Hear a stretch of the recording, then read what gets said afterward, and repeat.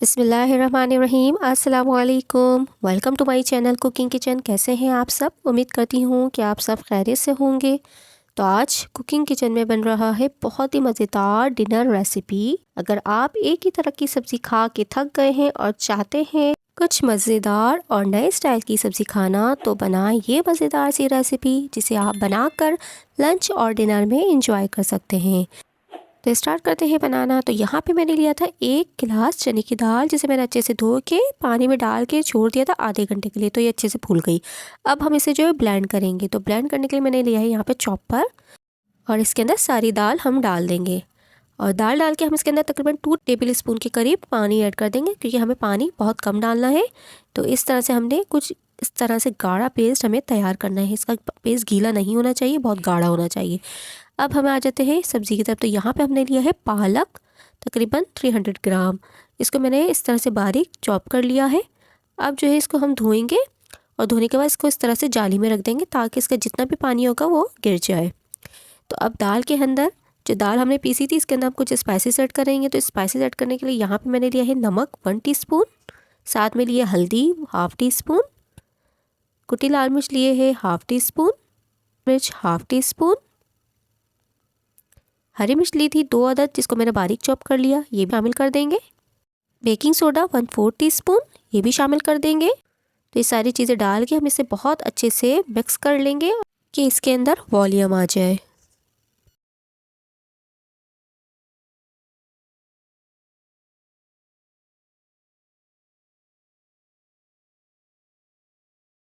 देखिए बहुत अच्छे से हमने इसको मिक्स कर लिया है। दाल बहुत हल्की हो चुकी है। अब हम इसके अंदर पालक शामिल करेंगे। तो पालक का तमाम पानी गिर चुका है।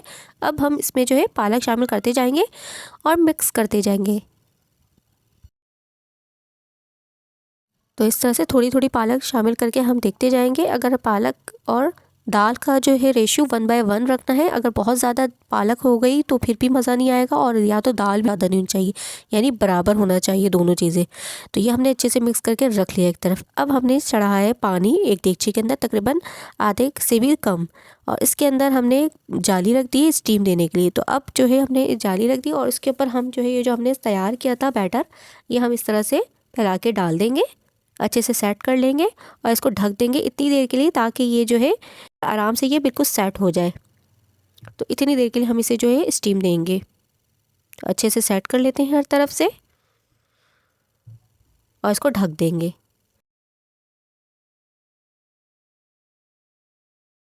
तो 10 मिनट के बाद हम इसे चेक करेंगे। अगर चम्मच से उठाने से टूट नहीं रहा है तो समझे ये तैयार है।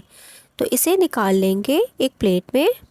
बहुत एहतियात से हम इसे निकालेंगे, क्योंकि गर्म होने की वजह से बहुत सॉफ्ट होता है, तो ये टूटने का ख़तरा होता है। जैसे ही ठंडा होगा ये हार्ड हो जाएगा। तो बस हम इसी तरह सारे तैयार कर लेंगे।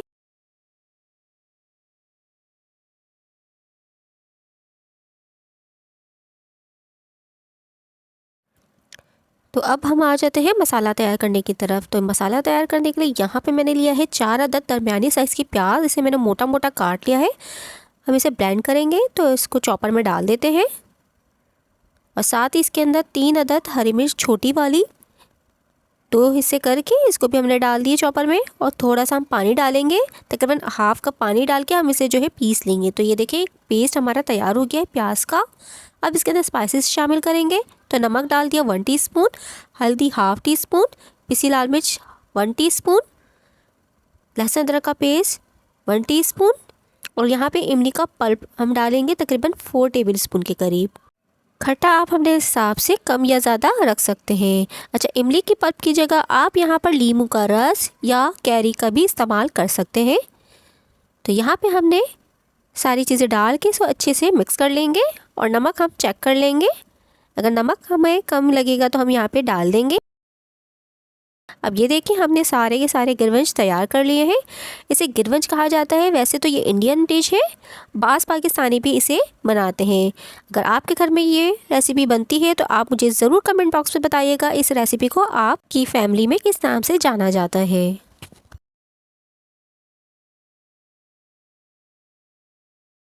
तो यहाँ पे मसाला भी रेडी हो चुका है इसका, और गिरवंश भी रेडी है। बस अब हम इसे फ्राई करेंगे। तो फ्राई करने से पहले हम इसके जो है गिरवंश के पीसेस कर लेंगे।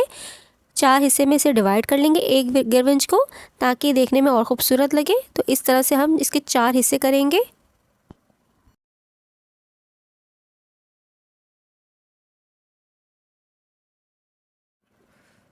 तो ये देखिए, इसके हमने सबके पीसेस इस तरह से कर लिए हैं। ये सारे हमने पीसेस कर लिए हैं। अब हम इसे जो है फ्राई करेंगे। तो फ्राई करने से पहले हमें चाहिए पैन, और पैन के अंदर हम 1/2 कप ऑयल ऐड कर देंगे और फ्लेम को हम लो ऑन कर देंगे और इसे गर्म होने के लिए छोड़ देंगे। जैसे ही गर्म होगा फिर हम यहाँ पे जो गिरवंश हम इसको जो है मसाले में डाल के अच्छे से मिक्स करेंगे, ताकि इसका मसाला अच्छे से इसके ऊपर लेप हो जाए। उसके बाद हम इसे जो है पैन के अंदर डालते जाएंगे एक एक करके।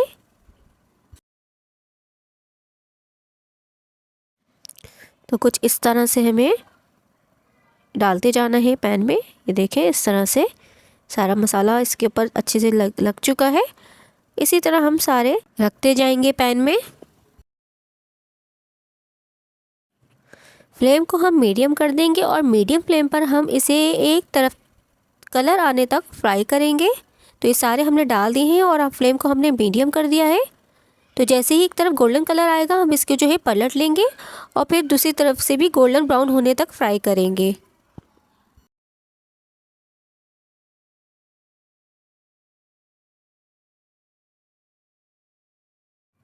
तो यहाँ पे देखें, एक तरफ कलर आ चुका है गोल्डन सा ज़बरदस्त सा। अब हम इसे जो है पलट लेंगे और दूसरी तरफ से भी हम गोल्डन होने तक फ्राई कर लेते हैं।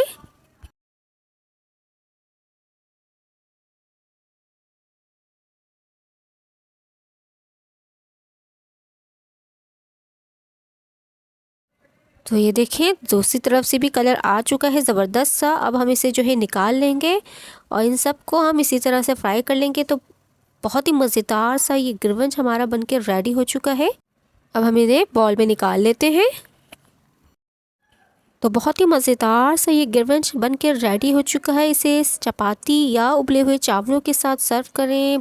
बहुत ही मज़ेदार बनके ये तैयार होता है और बहुत ही टेस्टी लगता है। ज़रूर ट्राई करें और मुझे फीडबैक दें। चैनल पर नए हैं तो चैनल को सब्सक्राइब करके हमारी हौसला अफजाई करें और बेल आइकन लाजमी ही दबा दें, जिससे हमारी आने वाली वीडियोस आप तक सबसे पहले पहुंचेंगी। वीडियोस अच्छी लगे तो लाइक करें और अपने फ्रेंड्स और फैमिली के साथ ज़रूर शेयर करें। अपना बहुत सारा ख्याल रखें, दुआओं में याद रखें। अगली रेसिपी तक के लिए अल्लाह हाफ़िज़।